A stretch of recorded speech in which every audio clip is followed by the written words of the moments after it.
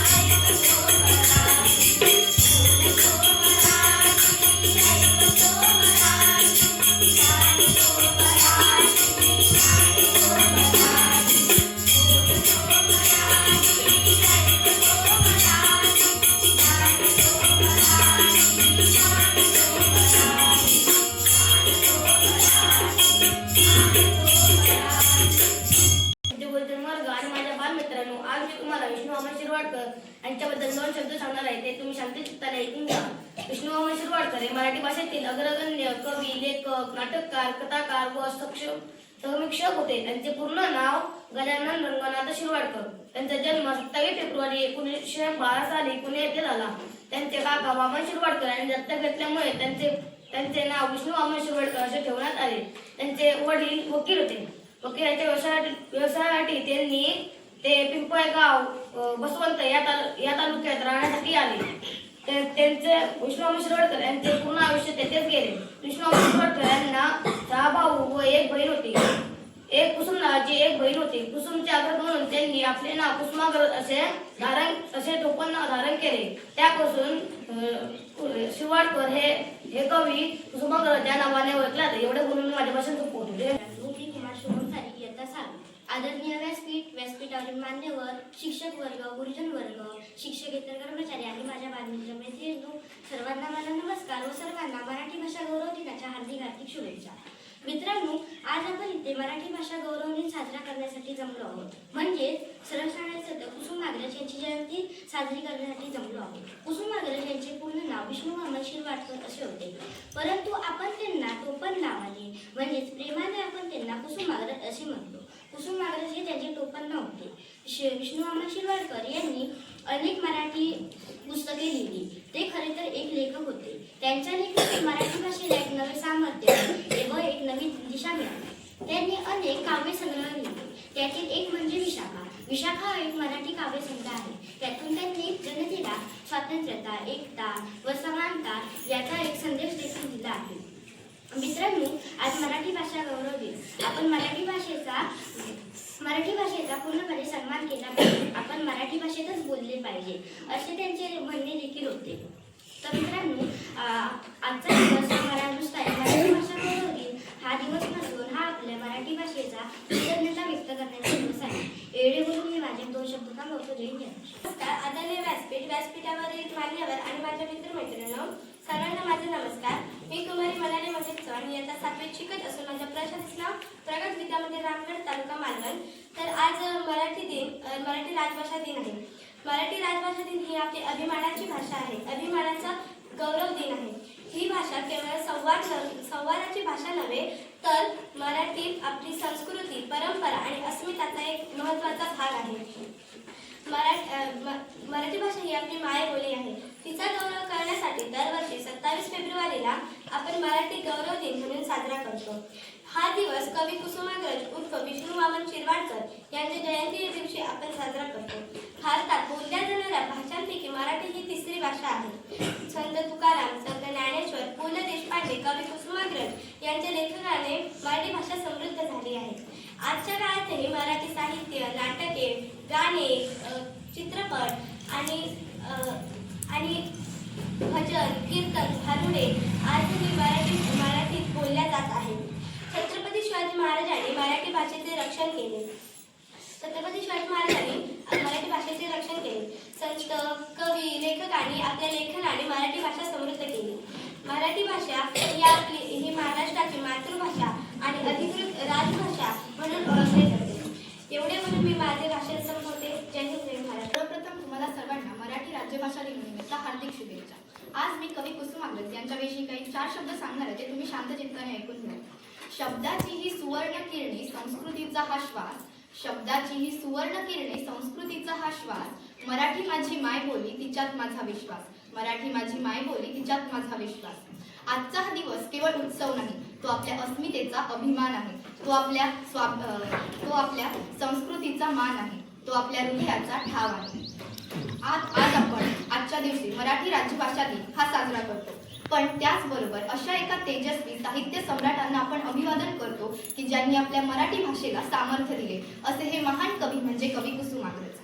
27 February हा त्यांचा जन्मदिवस. त्यांचे मूळ नाव विष्णू वामन शिरवाडकर. पण संपूर्ण महाराष्ट्राने त्यांच्या लेखणीतून उमलणाऱ्या काव्य फुलांच्या सुगंधामुळे त्यांना कुसुमाग्रज अशी अजरामर ओळख दिली.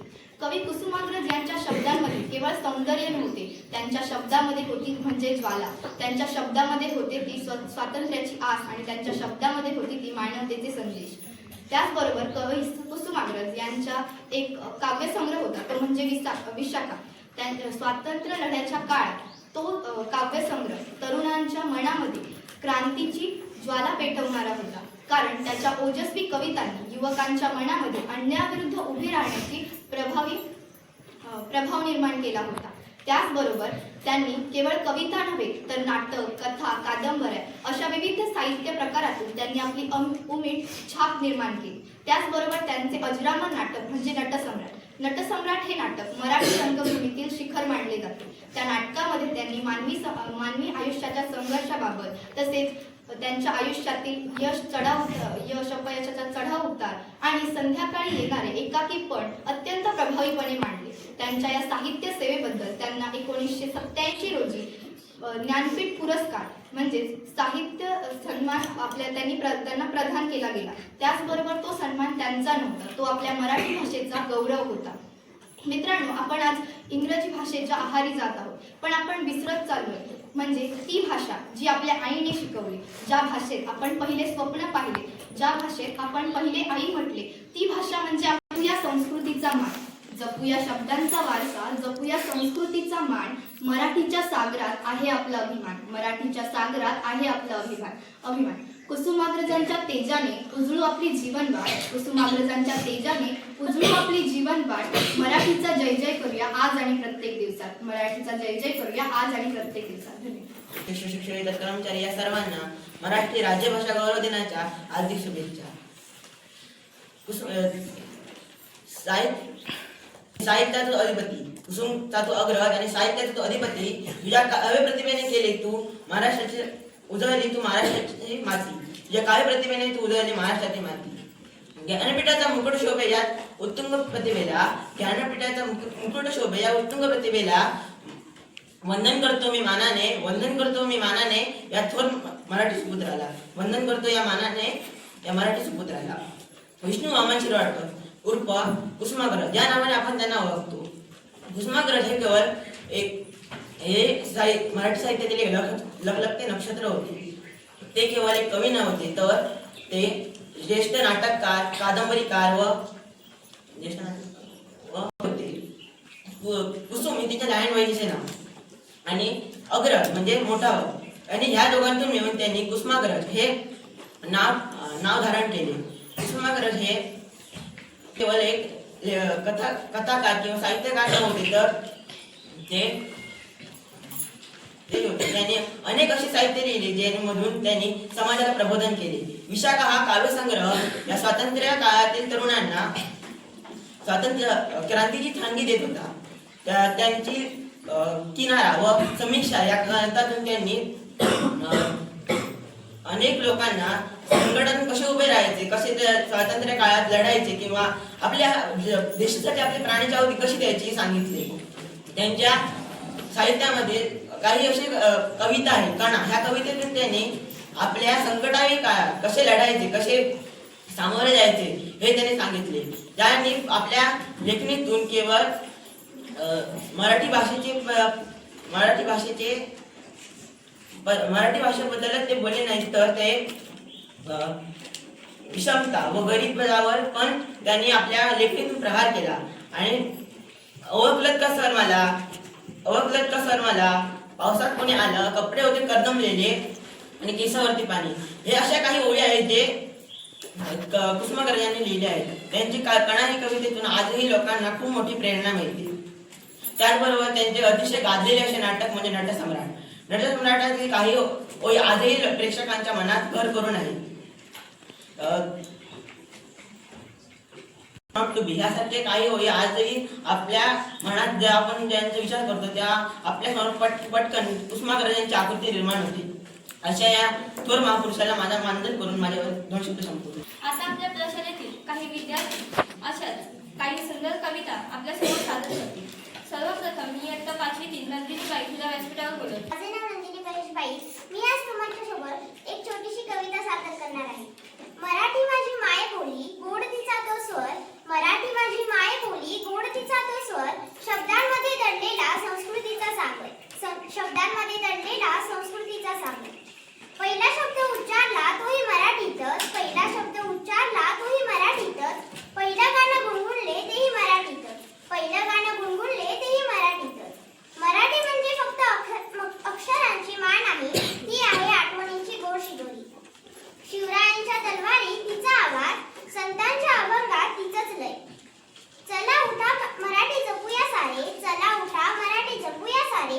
तिच्यासाठी उंचूया हात यारे, तिच्यासाठी उंचूया हात यारे.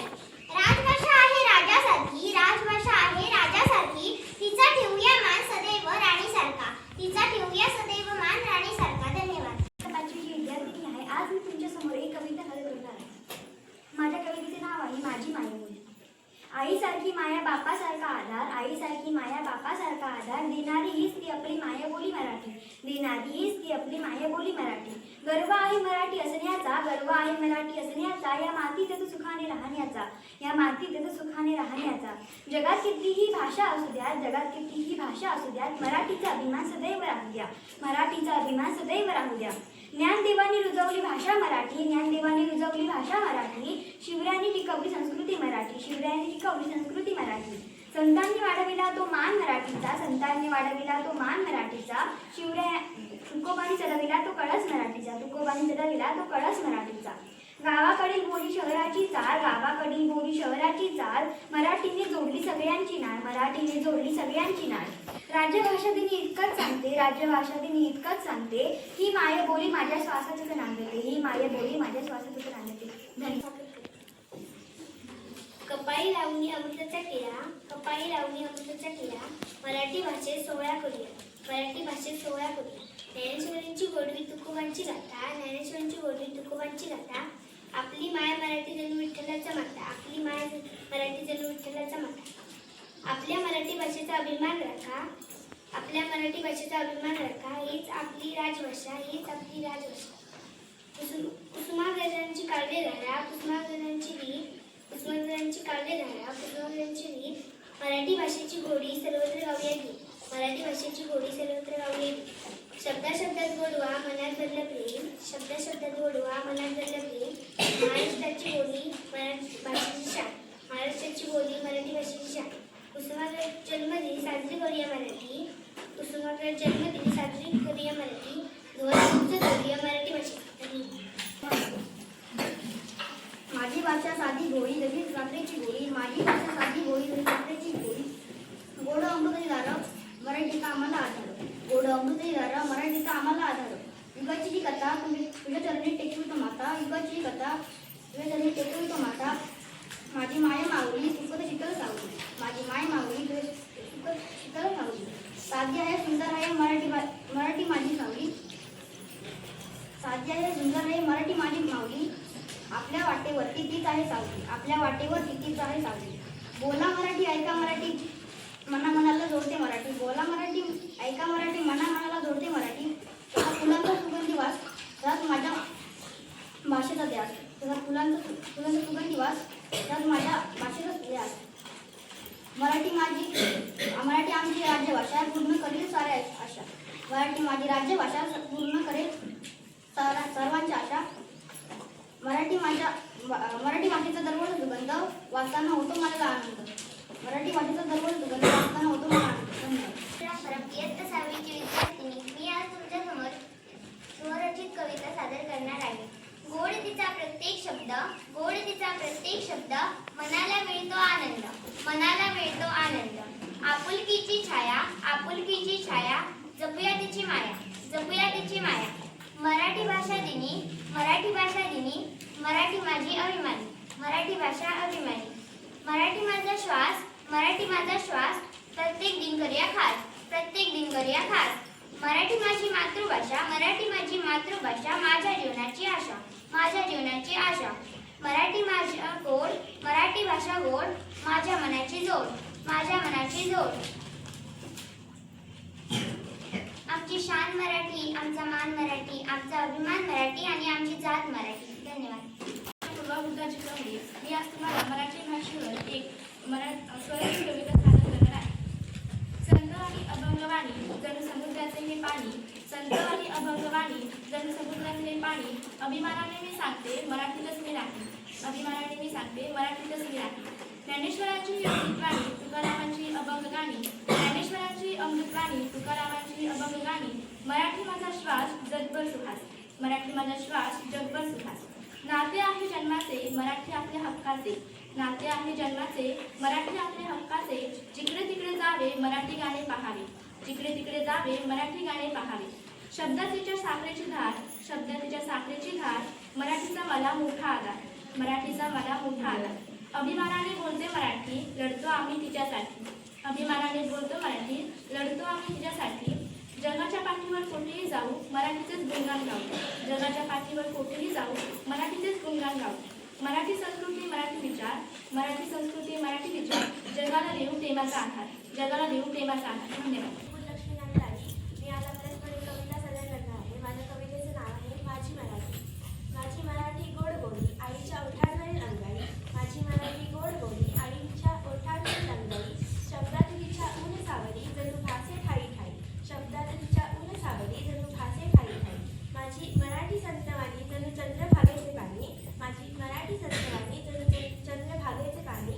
शौर्यगाथा यात ज्ञानी अवघ्या जगात घाली. शौर्यगाथा यात ज्ञानी अवघ्या जगात घाली.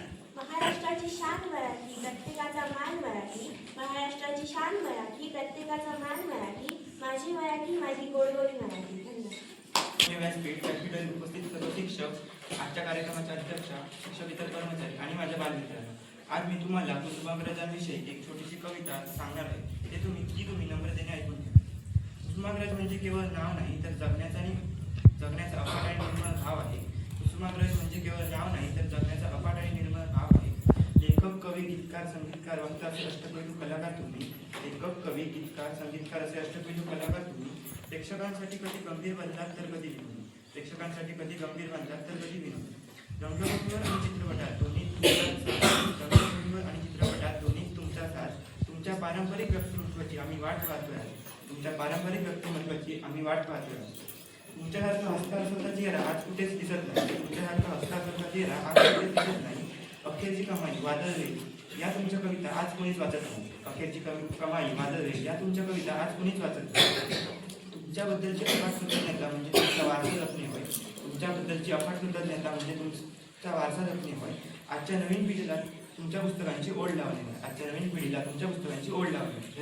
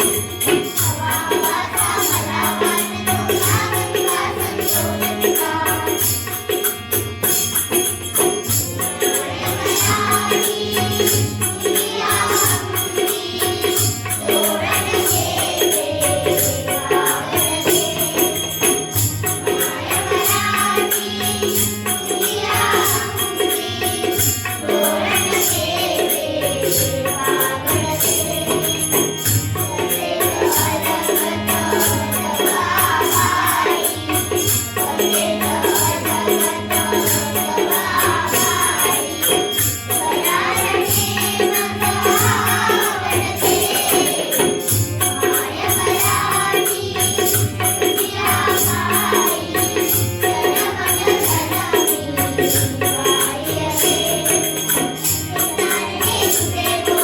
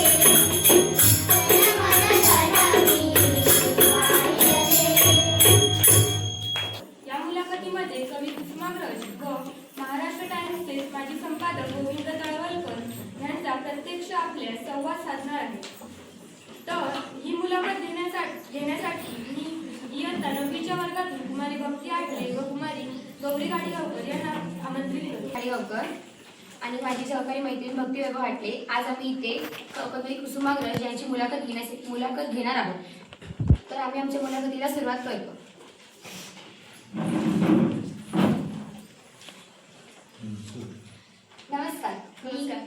नमस्कार. मी प्रख्यात पत्रकार तसेच महाराष्ट्र टाइम्स या न्यूज चॅनलचा माजी संपादक गोविंद तरळकर. मराठी भाषा ही आपली संस्कृती तसेच आपली बोलीभाषा देखील आहे आणि मी आपण लिहिलेल्या कविता, आपण लिहिलेले लेख, आपली नाटकं बघितली आहेत तसेच आपली कविता वाचली आहे. आपल्या कविता वाचल्यानंतर मला असे वाटले की मी आपली मुलाखत घ्यावी, त्यासाठी मी इथे आले. तर आपल्याला कुसुमाग्रज हे तर सर्वजण प्रेमाने म्हणतातच, पण त्यात सर्वात पहिला प्रश्न माझा असा आहे की आपले पूर्ण नाव काय? तर माझे पूर्ण नाव विष्णू वामन शिरवाडकर असे आहे. आपला जन्म कुठे व कधी झाला? माझा जन्म 27 फेब्रुवारी 1912 रोजी पुणे येथे झाला. आपण लिहिलेल्या कवितांमध्ये प्रेम तर आढळतेच, पण अजून कोणकोणते विषय आढळतात? खरं तर मी लिहिलेल्या कवितांमध्ये स्वातंत्र्यता, मानवता, प्रेम, समानता आणि समाजातील अन्यायविरुद्ध आवाज हे माझ्या कवितांचे प्रमुख विषय आहेत.